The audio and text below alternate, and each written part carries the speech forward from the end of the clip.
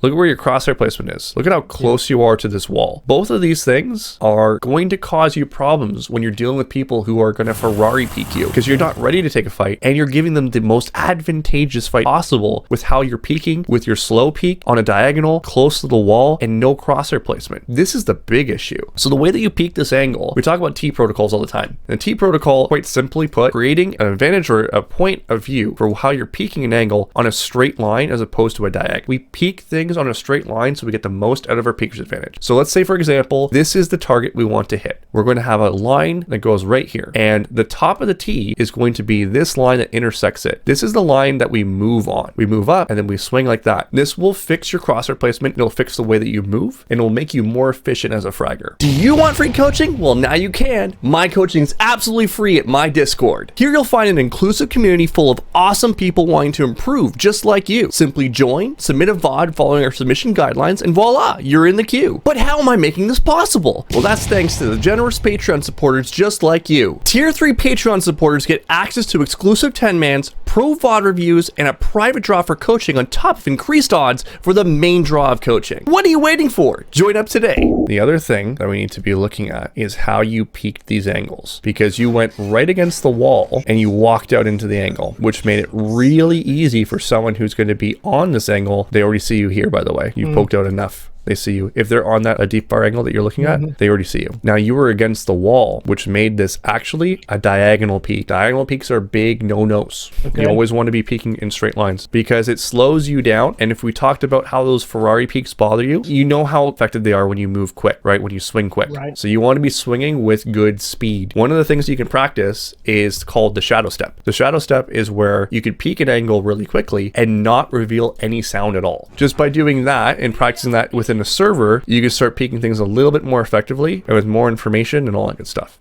Okay, you're about to diagonal peek this, I think. There you go. That's a straight peek. That was good. That's another straight peek. You see how fluid those fights went? Yes. Because you're only A&Ding. The other thing that we're going to talk about is how you intend to take peeks. Like, what is your intention behind certain peeks? Is your intention to take information peeks, or is it to commit to a fight? Sometimes you can just peek for information. Holding this angle will get you Ferrari peeked. They're going to swing out here. They're going to have an automatic crosshair placement on your head. You're done for. This is an on angle. You moving up here, okay, I like it. It's a 2v2 situation. And you're now in the mindset of, I'm going to be aggressive. I'm going to try to take a fight. I'm cool with that. You got to make a move here. What happens though, is you second guess yourself. This is called the gray area protocol. When you come up with a thought, an idea, or a strategy, I want you to stick with that strategy until you die. If you change your mind halfway through the round, it's harder for you to learn what you did wrong. So as a learning process, commit to it. Don't change your mind like this, because you went from I'm going to be aggressive to now I'm going to be passive. And because you did that, you're now going to get caught.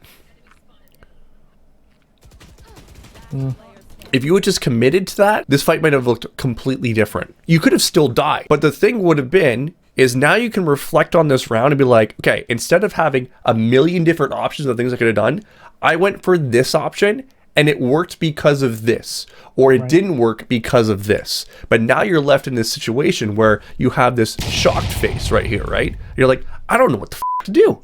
What was I supposed to do there? What's bad about default is that we had full sight control, and if we had planted open, we have more sight lines to be able to control the bomb from. Instead, we have Miller playing belt, but he cannot see the bomb anymore. Now he's got lineups he can play, but if the lineups go away and Cage is in the 1v1 with her, well, now she's got to move all the way back up here to be able to see that bomb. Otherwise, she's in big trouble. So if she had planted here, she has sight lines on here, sight lines for here, sight lines for back sight, sightlines for screen even. And it's really difficult to defuse when you don't know where the enemy's coming from. All right, guys, I want you to look really closely at Mr. Jester's webcam. What the hell are you doing?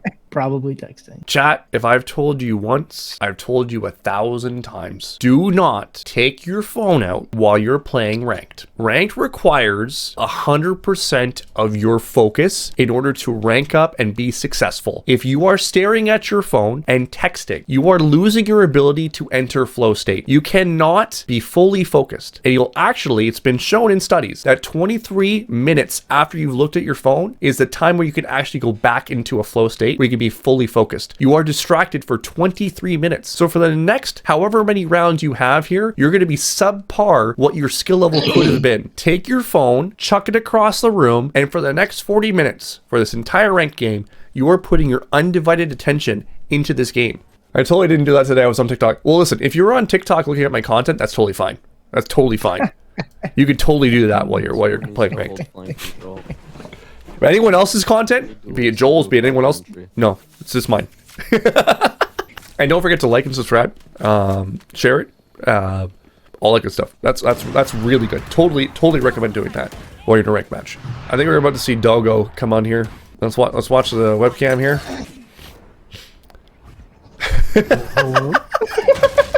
He's like, hey buddy, I just want to play, buddy. Oh, look at how tilted you are after that. It's like that was Doggo's throw there. Throw there. Because it's always on my mouse arm. Hey buddy, you got any snacks? What are you doing? Hey, I'm right over 76. here. I'm over here, down here. Hey. You got any treats for me? Oh, this is painful. Bro, you're so tilted at this point. Yeah, it's clear that you're emotionally sabotaged at this point. What we need to do is at the beginning of the round, we press tab. And we need to see what our threats are. I think the problem is you don't press tab. I didn't know there were two. So you don't realize that there's a potential. Oh, there we go. We did it. Cool. What do we need to worry about this round, chat? That's 6,300 credits. Correct. What does that mean? Op. Could be an op threat. You need to calm this out for your team as well. And then once you know there's an op threat, the way you peek things completely changes. If you completely swing out into a wide angle, well, that is a lack of preparation on your part. You should be jump peeking this. You should be updrafting and dashing across. Oh my lordy. Yeah, that's a muscle memory I haven't.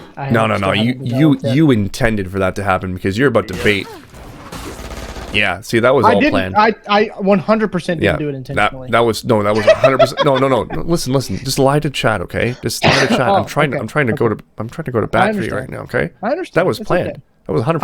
I'm an honest That was guy. so coordinated. That was some radiant shit right there, okay? Like, dude, that was insane. What a play. What a play. Give him a round of applause. He even puts the bag down on her. Okay? Listen, if that ain't an Oscar-worthy performance, I don't know what is. Riz, you need to work on your crosshair placement.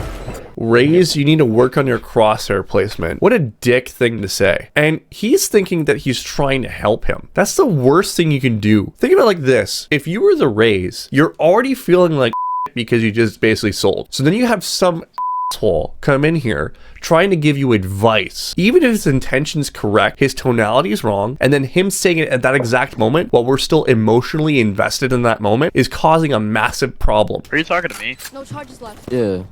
Dude, just shut your stupid mouth. Like, I'm with Raise 100%. That is like the worst thing you can say to someone, especially in that moment. There's a time and a place for everything. That was not it. Jesus Christ. Dude, I'm being honest. God damn. I don't care if you're being honest. Except there was nothing wrong with the honesty here. We believe you. This is why I always say, this is why you do not reflect on the round during gameplay. You reflect on it during VOD review. You wipe it and you focus on what do we need to do this particular round.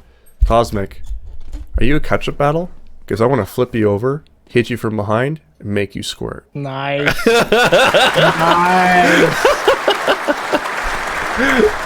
That's one of my favorite ones. Are you my calculus homework? Because I want to put you on a table and get mad at you and bang you out all night or something like that. How about this one? Cosmic Princess. I'm jealous of your heart because it's pounding inside of you, and I'm not. No, I'm